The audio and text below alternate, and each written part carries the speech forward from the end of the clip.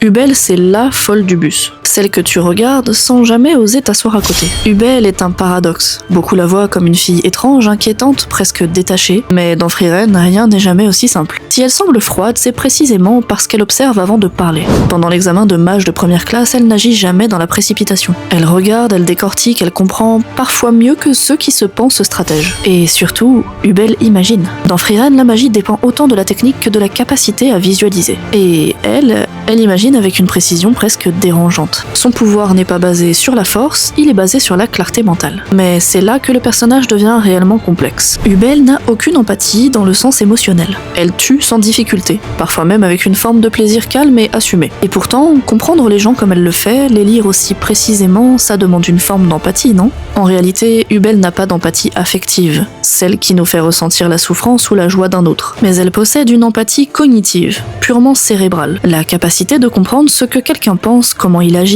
et comment il va réagir. Et c'est justement ce mélange, compréhension totale mais absence de ressenti, qui la rend si déstabilisante. Hubel lit les gens mieux que quiconque, mais sans jamais être touchée par ce qu'elle lit. C'est aussi ce que Lend voit en elle, une logique glaciale, impeccable, quelqu'un qui ne ressent pas comme les autres mais qui voit tout. Au fond, Hubel nous rappelle une chose, que les personnes que l'on a tendance à juger trop facilement sont finalement celles que l'on ne comprend pas.